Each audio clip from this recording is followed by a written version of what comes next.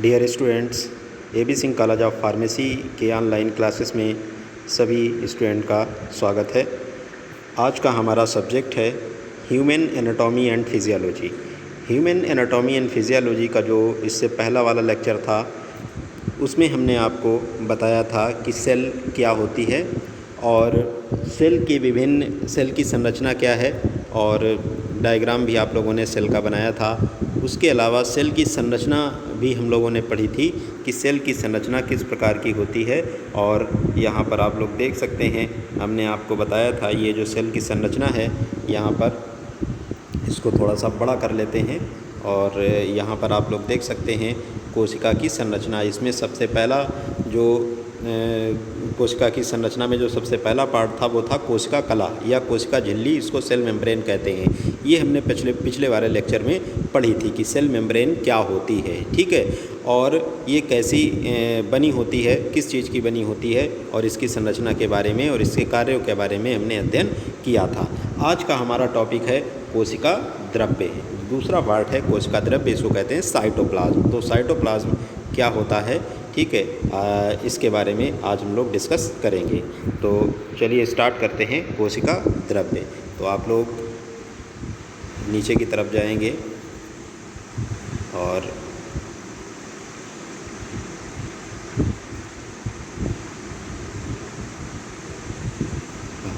यहाँ पर आप लोग देख सकते हैं कोशिका द्रव्य। दूसरा पार्ट है हमारा कोशिका द्रव्य, इसको इंग्लिश में कहते हैं साइटोप्लाज्म। तो साइटोप्लाज्म जो होता है ये सेल मेम्ब्रेन द्वारा घिरा रहता है। अगर सेल की हम संरचना देखें तो हमने आपको यहाँ पर आपको फिर से दिखा दे रहे हैं एक बार सेल की संरचना। यहाँ पर ये देखिए सेल की जो संरचना है, यहाँ पर ये बाहर की तरफ जो झिल्ली है इसको सेल मेम्ब्रेन कहते हैं, ठीक है, और सेल मेम्ब्रेन के अंदर की तरफ जो कुछ भी ये भरा हुआ है, ठीक है, ये इसको कहते हैं साइटोप्लाज्म, कोशिका द्रव्य। जो कोशिका द्रव्य होता है इसको दो पार्ट में विभाजित किया जा सकता है। तो नीचे की तरफ हम लोग देखेंगे, यहाँ पर आप लोग देख सकते हैं जो कोशिका द्रव्य होता है इसको दो पार्ट में डिवाइड कर सकते हैं। पहला है कोशिकांग यानी सेल ऑर्गेनेली, इसको सेल ऑर्गेनेली जो होते हैं आपके कोशिकांग जो होते हैं वो कोशिका द्रव्य जो होता है उसमें बिखरे रहते हैं। और दूसरा जो पार्ट होता है उसको साइटोप्लाज्मिक मैट्रिक्स या साइटोप्लाज्म के अंदर जो तरल चिपचिपा पदार्थ भरा रहता है उसको हम साइटोप्लाज्मिक मैट्रिक्स कहते हैं। तो दो पार्ट इसके हो सकते हैं, कर सकते हैं हम इसके कोशिका द्रव्य के। पहला है कोशिकांग यानी सेल ऑर्गेनेलीज और दूसरा है साइटोप्लाज्मिक मैट्रिक्स। तो यहाँ पर हमने आपको देख सकते हैं, यहाँ पर थोड़ा सा इसको बड़ा कर लेते हैं। तो यहाँ पर आप लोग देख सकते हैं लिखा हुआ साइटोप्लाज्म किससे बना होता है, cell organelles plus cytoplasmic matrix, यानी इसको हाइलोप्लाज्म भी कहा जाता है। जो साइटोप्लाज्मिक मैट्रिक्स होता है इसका दूसरा नाम हाइलोप्लाज्म भी है या साइटोसोल भी कहते हैं, यहाँ नीचे लिखा हुआ है आप लोग देख सकते हैं। तो साइटोसोल या हाइलोप्लाज्म भी कहा जाता है किसको, साइटोप्लाज्मिक मैट्रिक्स का दूसरा नाम है। तो जो साइटोप्लाज्मिक मैट्रिक्स होता है, पहले हम साइटोप्लाज्मिक मैट्रिक्स की बात करेंगे। जो साइटोप्लाज्मिक मैट्रिक्स होता है इसमें क्या क्या होता है, ये किस चीज़ का बना होता है। तो साइटोप्लाज्मिक मैट्रिक्स में विभिन्न प्रकार के एंजाइम्स होते हैं, स्टार्च ग्रेन्यूल पाए जाते हैं और प्रोटीन भी बहुत सारी इसके अंदर डिज़ोल्व रहती हैं। और अगला है आपका ये फैट मॉलिक्यूल होते हैं इसके अंदर और साल्ट मॉलिक्यूल भी होते हैं। तो जो साइटोप्लाज्मिक मैट्रिक्स होता है इसके अंदर enzymes, starch, granules, protein, fat, salt, ये सब जो हैं वो उपस्थित रहते हैं, ये सब प्रेजेंट रहते हैं इसके अंदर। इसके अलावा साइटोप्लाज्म में विभिन्न प्रकार के सेल ऑर्गेनेल होते हैं, ठीक है, ये सब तो पाया ही जाता है साइटोप्लाज्मिक मैट्रिक्स में। इसके अतिरिक्त इसमें क्या होते हैं, कोशिकांग होते हैं, सेल ऑर्गेनेलीज होते हैं। तो सेल ऑर्गेनेलीज कौन कौन से होते हैं, जो मेन हमारे सेल ऑर्गेनेलीज हैं, यहाँ पर आप लोग देख सकते हैं, इसको थोड़ा सा बड़ा कर ले रहे हैं। यहाँ पर जो मेन सेल ऑर्गेनेलीज आपके कौन कौन से हैं, mitochondria, Golgi bodies, endoplasmic reticulum, जो आपको स्टडी करने हैं। ये मेन सेल ऑर्गेनेलीज जो होते हैं कहाँ होते हैं, साइटोप्लाज्म के जो मैट्रिक्स होता है उसी के अंदर, ठीक है। तो साइटोप्लाज्म जो होता है उसके दो पार्ट हैं, यहाँ पर आप लोग देख सकते हैं, सेल ऑर्गेनेलीज। और सेल ऑर्गेनेलीज जो हैं वो कौन कौन से होते हैं? माइटोकॉन्ड्रिया है आपका, एंडोप्लाज्मिक रेटिकुलम है, ठीक है, और गोल्गी बॉडी है, ये सब आपके सेल ऑर्गेनेलीज होते हैं। और दूसरा जो होता है साइटोप्लाज्मिक मैट्रिक्स होता है। साइटोप्लाज्मिक मैट्रिक्स ये तरल चिपचिपा पदार्थ होता है और ये किससे मिलकर बना होता है? कौन कौन चीज़ें इसमें होती हैं? एंजाइम होता है, स्टार्च होता है, स्टार्च ग्रेन्यूल्स होते हैं, प्रोटीन होते हैं, फैट और साल्ट, ये सब इसमें प्रेजेंट रहते हैं, उपस्थित रहते हैं। तो जो साइटोप्लाज्म है हमारा, इसके दो पार्ट हैं, आप लोग देख सकते हैं, इसके दो पार्ट हैं।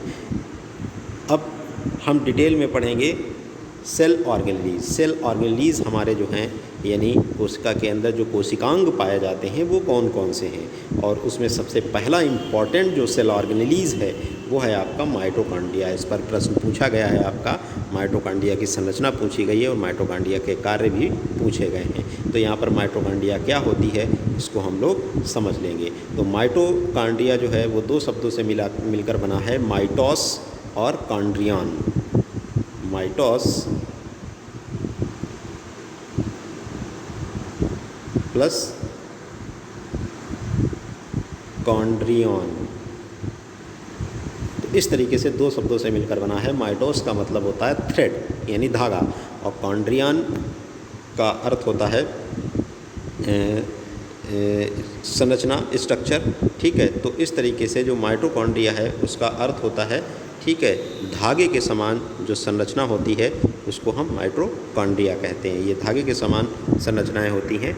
और माइटोकॉन्ड्रिया जो है इसकी खोज किसने की थी? सर्वप्रथम कोलिकर ने की थी। कोलिकर ने 1850 में माइटोकॉन्ड्रिया की खोज की थी। किस में की थी? इंसेक्ट जो होते हैं, कीड़े जो होते हैं, जिनको इंसेक्ट कहा जाता है, और इंसेक्ट की जो स्ट्रेटेड मसल्स होती हैं, ठीक है, स्ट्रेटेड मसल्स जो होती हैं उनके अंदर इसकी खोज की थी। माइटोकॉन्ड्रिया जो है उसका शब्द जो है माइटोकॉन्ड्रिया, ये सबसे पहले सी वेंडा ने दिया था। तो सी वेंडा ने सबसे पहले इनको क्या कहा? माइटोकॉन्ड्रिया कहा, ठीक है। इसके अतिरिक्त जो माइटोकॉन्ड्रिया होती है वो भी, उनके शेप और साइज़ और उनका नंबर किस तरीके से होता है वो भी हम लोग देख लेते हैं। जो माइटोकॉन्ड्रिया होती हैं उनके जो शेप होता है, आकार जो होता है, वो विभिन्न प्रकार के होते हैं, ठीक है, विभिन्न आकार के हो सकते हैं। जैसे कि छड़नुमा हो सकती हैं, ठीक है, रॉड शेप्ड हो सकती है, दीर्घ वृत्ताकार यानी एलिप्सॉइडल हो सकती हैं, ठीक है। छड़नुमा यानी इस तरीके से आप लोग देख सकते हैं, इस तरीके से पतली छड़ के समान संरचना हो सकती है। या दूसरी जो हमने बताई है वो क्या है? दीर्घ वृत्ताकार। दीर्घ वृत्ताकार किस तरीके से? इस तरीके से ये संरचना जो है दीर्घ वृत्ताकार होती है, इसको एलिप्सॉइडल कहते हैं, ठीक है। तो एलिप्सॉइडल संरचना हो सकती है।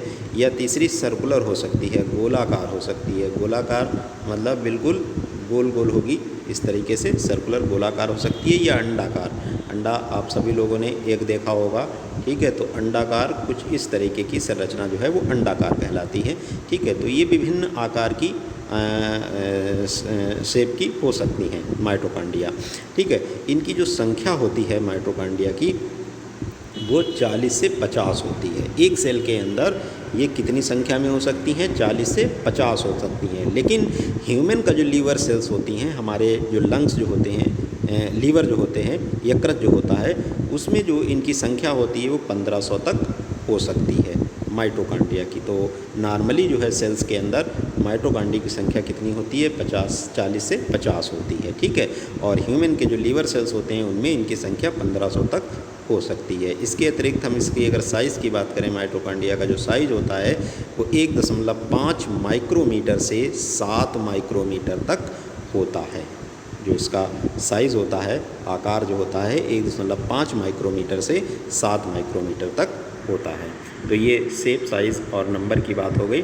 अब अगला जो है वो संरचना। माइटोकॉन्ड्रिया की अगर संरचना देखें तो ये 2 कलाओं से घिरी रहती है, ठीक है। माइटोकॉन्ड्रिया की अगर संरचना देखें तो इसके चारों ओर दोहरी कला पाई जाती है, डबल मेम्ब्रेन पाई जाती है। तो माइटोकॉन्ड्रिया यहाँ पर लिखा हुआ है 2 कलाओं यानी डबल मेम्ब्रेन से घिरी संरचना होती है। इसके निम्नलिखित पार्ट होते हैं। तो इसमें जो है मेनली 3 पार्ट होते हैं माइटोकॉन्ड्रिया की संरचना में। पहला है आउटर मेम्ब्रेन, दूसरा है इनर मेम्ब्रेन और तीसरा जो इसकी संरचना में पार्ट है वो है माइटोकॉन्ड्रियल मैट्रिक्स। तो सबसे पहले हम लोग एक माइटोकॉन्ड्रिया की संरचना देख लेते हैं। यहाँ पर आप लोग माइटोकॉन्ड्रिया की संरचना देख सकते हैं। ये माइटोकॉन्ड्रिया जो है दो मेम्ब्रेन से घिरी हुई है। ये सबसे बाहर की तरफ एक ऐसे मेम्ब्रेन है, आप लोग देख सकते हैं, ये आउटर मेम्ब्रेन कहलाती है। और इसके अंदर की तरफ एक मेम्ब्रेन है, आप लोग देख सकते हैं। इस तरीके से उंगली के समान मुड़ी हुई संरचना है, ये आप लोग देख सकते हैं। इस तरीके से उंगली के समान मुड़ी हुई ऐसे संरचनाएं हैं, ठीक है। ये दूसरी मेम्ब्रेन इनर मेम्ब्रेन कहलाती है, ठीक है।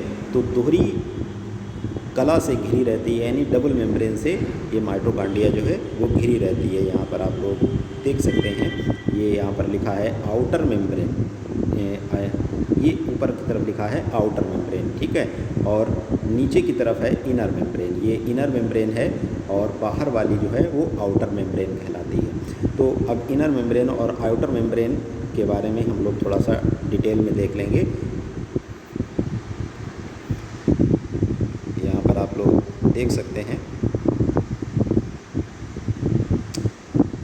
तो माइटोकॉन्ड्रिया में सबसे बाहर की तरफ जो झिल्ली होती है उसको हम आउटर मेम्ब्रेन कहते हैं। और यह सबसे बाहरी स्मूथ मेम्ब्रेन होती है। सबसे बाहर की तरफ एक चिकनी झिल्ली होती है जिसको आउटर मेम्ब्रेन कहा जाता है, स्मूथ मेम्ब्रेन होती है। इस मेम्ब्रेन में कैरियर प्रोटीन्स प्रेजेंट होते हैं, यानी बाहर वाली जो झिल्ली होती है इसमें कौन सी प्रोटीन प्रेजेंट होती है? Carrier protein. कैरियर नाम ही लग रहा है, ठीक है, एक जगह से दूसरी जगह के लिए ट्रांसपोर्ट करना, ट्रांसफ़र करना, ये किसका काम होता है? कैरियर प्रोटीन्स का काम होता है। ये किस चीज़ को ट्रांसपोर्ट करते हैं? ये आयंस और मॉलिक्यूल्स का ट्रांसपोर्ट करने में मदद करते हैं। आयंस जो होते हैं माइटोकॉन्ड्रिया के बाहर और या अंदर की तरफ आयंस और मॉलिक्यूल्स जो होते हैं उनका ट्रांसपोर्ट करना, ये मेम्ब्रेन क्या करती है? मेम्ब्रेन से होकर जो हैं वो आयंस और मॉलिक्यूल्स जो हैं वो अंदर बाहर आते जाते रहते हैं। तो अंदर बाहर आने जाने के लिए कौन सी प्रोटीन काम करती हैं? कैरियर प्रोटीन, इसमें लिखा है कैरियर प्रोटीन्स प्रेजेंट होती हैं, वही इन आयंस और मॉलिक्यूल्स को अंदर बाहर करती हैं, माइटोकॉन्ड्रिया के अंदर और बाहर करने का काम करती हैं, ठीक है। तो ये स्मूथ होती है, बिल्कुल चिकनी मेम्ब्रेन होती है और इसमें कैरियर प्रोटीन होती हैं और ये आयंस और मॉलिक्यूल के ट्रांसपोर्ट में क्या करती हैं? मदद करती हैं, हेल्प करती हैं। इसी तरीके से दूसरी जो मेम्ब्रेन है हमारी वो है इनर मेम्ब्रेन। अब इनर मेम्ब्रेन जो होती है ये बहुत ही इम्पोर्टेंट है, ख़ास होती है।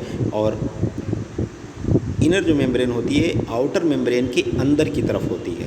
आउटर मेम्ब्रेन बाहर है और उसके अंदर की तरफ जो होती है इनर मेम्ब्रेन होती है और इसमें फिंगर लाइक प्रोजेक्शन होते हैं, आप लोगों ने देखी होगी। इस तरीके से मुड़ी हुई होती है, इस तरीके से अंदर की तरफ ये मुड़ी हुई संरचना होती है। इस तरीके से आप लोगों ने देखा होगा, अभी हमने आपको दिखाया था संरचना में, इस तरीके से ये मुड़ी हुई होती है, फिंगर लाइक प्रोजेक्शन होते हैं इसमें, ठीक है। तो आउटर मेम्ब्रेन के अंदर की ओर इनर मेम्ब्रेन पाई जाती है, इसमें फिंगर लाइक प्रोजेक्शन होते हैं, उंगली के समान जो है वो संरचनाएं होती हैं, जिन्हें क्या कहा जाता है? शिखर या क्रिस्टी कहा जाता है। यहाँ पर आप लोग देख लेंगे जिन्हें शिखर या क्रिस्टी कहते हैं। इन क्रिस्टी के ऊपर छोटे छोटे कण पार्टिकल पाए जाते हैं, बहुत छोटे छोटे कण पाए जाते हैं जिन्हें ऑक्सीसोम या यौवन कण कहते हैं, ठीक है। तो ये फिंगर लाइक प्रोजेक्शन होते हैं, अंदर फोल्डेड होती है अंदर वाली मेम्ब्रेन और उस फोल्डिंग के ऊपर छोटे छोटे कण यानी पार्टिकल पाए जाते हैं जिन्हें क्या कहते हैं? ऑक्सीसोम या यौवन कण कहते हैं। क्रिस्टी में रिस्पायरेटरी एंजाइम भी पाए जाते हैं। जो फिंगर लाइक प्रोजेक्शन होते हैं जिसे क्रिस्टी कहते हैं उसके ऊपर रिस्पायरेटरी एंजाइम यानी श्वसन एंजाइम जो हैं वो पाए जाते हैं। संरचना भी अगर हम लोग देखें, स्ट्रक्चर अगर हम लोग देखें, यहाँ पर आप लोग देख सकते हैं थोड़ा सा बड़ा करके, तो ये अंदर की तरफ जो मुड़ी हुई संरचना है इस तरह से, इसके ऊपर आप लोग देख सकते हैं ऐसे छोटे छोटे कण चिपके हुए हैं। ये कण सभी जगह पर पाए जाते हैं, इस तरीके से सभी जितनी फिंगर लाइक प्रोजेक्शन है सभी के ऊपर ऐसे कण पाए जाते हैं। यहाँ पर सब में बना नहीं रखा है इन्होंने, ऐसे सभी पर पाए जाते हैं। तो ये जो कण हैं ये क्या कहलाते हैं, F1 पार्टिकल कहलाते हैं। यहाँ पर आप लोग देख सकते हैं F1 पार्टिकल, ये जो कण होते हैं इसको क्या कहते हैं, F1 पार्टिकल या ऑक्सीसोम कहा जाता है इनको। और इसके ऊपर ही क्या पाया जाता है, रेस्पिरेटरी एंजाइम्स पाए जाते हैं, श्वसन एंजाइम पाए जाते हैं आपके। तीसरा जो संरचना है मैट्रिक्स, इसके अंदर एक तरल चिपचिपा पदार्थ भरा रहता है, खाली जगह में तरल चिपचिपा पदार्थ भरा रहता है जिसको हम कहते हैं माइटोकॉन्ड्रियल मैट्रिक्स। तो तीसरी संरचना जो है इसकी, उसमें हम देख सकते हैं माइटोकॉन्ड्रियल मैट्रिक्स। यहाँ पर थोड़ा सा बड़ा कर ले रहे हैं, तो यहाँ पर लिखा है माइटोकॉन्ड्रियल मैट्रिक्स। माइटोकॉन्ड्रिया के अंदर खाली स्थान में प्रोटीन युक्त, ये प्रोटीन का बना होता है, प्रोटीन युक्त होमोजीनस सबस्टेंस, होमोजीनस मतलब एक समान, एक जैसा, सबस्टेंस यानी पदार्थ भरा रहता है, जिसे क्या कहते हैं, मैट्रिक्स कहते हैं। मैट्रिक्स में क्या क्या उपस्थित होता है, साल्ट उपस्थित होता है, वाटर उपस्थित होता है, डीएनए, राइबोसोम किस प्रकार के होते हैं, 70 प्रकार के राइबोसोम इसमें पाए जाते हैं। ठीक है, तो माइटोकॉन्ड्रिया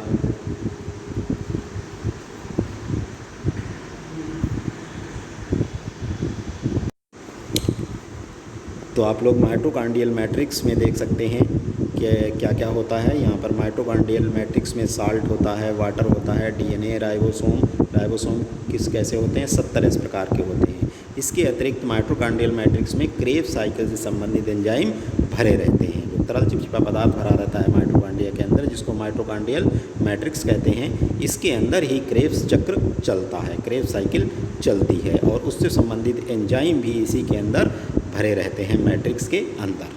तो इसके बाद जो है माइटोकॉन्ड्रिया के कार्य क्या क्या हैं आप लोग देख सकते हैं। जो माइटोकॉन्ड्रिया है उसका सबसे महत्वपूर्ण इम्पॉर्टेंट जो काम है वो है एटीपी का प्रोडक्शन करना, ऊर्जा का उत्पादन करना। तो यहाँ पर देख सकते हैं माइटोकॉन्ड्रिया में सेलुलर रिस्पायरेशन होता है, ठीक है, कोशिकीय श्वसन पाया जाता है, जिसमें एटीपी का प्रोडक्शन, स्टोरेज और ट्रांसपोर्ट होता है। ठीक है, एटीपी का प्रोडक्शन किया जाता है, स्टोरेज भी किया जाता है और ट्रांसपोर्ट भी किया जाता है। एटीपी को कहते हैं उपापचय जगत का सिक्का, यानी करेंसी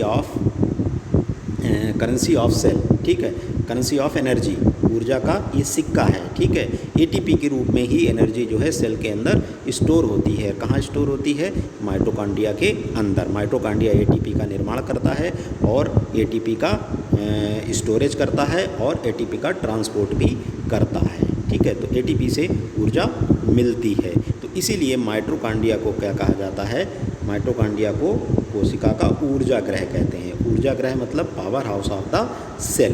तो power house of the cell कौन है, माइटोकॉन्ड्रिया है। इसके अतिरिक्त जो माइटोकॉन्ड्रिया का कार्य है वो है क्रेब्स चक्र जो चलता है वो माइटोकॉन्ड्रिया के अंदर ही चलता है। तो क्रेब्स साइकिल की क्रिया माइटोकॉन्ड्रिया में चलती है। इसके अतिरिक्त जो माइटोकॉन्ड्रिया की इनर मेम्ब्रेन होती है, हमने इनर मेम्ब्रेन बताई थी, एक आउटर मेम्ब्रेन होती है, एक इनर मेम्ब्रेन होती है। इनर मेम्ब्रेन पर F1 कण पाए जाते हैं, F1 पार्टिकल पाए जाते हैं, जिनको ऑक्सीसोम कहते हैं। उन्हीं ऑक्सीसोम में इलेक्ट्रॉन ट्रांसपोर्ट सिस्टम भी पाया जाता है, इलेक्ट्रॉन ट्रांसपोर्ट चेन चलती है और उसके फलस्वरूप जो है एटीपी का निर्माण होता है माइटोकॉन्ड्रिया के अंदर। तो माइटोकॉन्ड्रिया जो है वो क्या कहलाती है, power house of the cell कहलाती है। तो इस तरह से ये माइटोकॉन्ड्रिया के कार्य हैं, ये आप लोग नोट कर लेंगे माइटोकॉन्ड्रिया के बारे में और इसकी संरचना को आप लोग बना लेंगे। यहाँ पर आप लोग देख सकते हैं, यहाँ पर हम छोटा किए दे रहे हैं डायग्राम, आप इसको बनाएंगे। ये माइटोकॉन्ड्रिया की संरचना है, या दूसरा डायग्राम भी हमने यहाँ पर दे रखा है, चाहे आप इसको बना लीजिएगा। ठीक है, इसमें भी बाहर की तरफ आउटर मेम्ब्रेन है, आप लोग देख सकते हैं, अंदर की तरफ इनर मेम्ब्रेन है। ठीक है, F1 पार्टिकल हैं, ठीक है, और मैट्रिक्स है, ये सब देख सकते हैं आप लोग। राइबोसोम के कण भी इसके अंदर पाए जाते हैं। ठीक है, तो ये इस तरीके से, चाहे आप ये वाला डायग्राम बनाइएगा, चाहे इससे ऊपर वाला, या कहीं और से आपको किसी बुक से आपको सरल डायग्राम मिल जाए तो आप लोग बना सकते हैं। तो होमवर्क में आप लोगों को यही करके दिखाना है। तो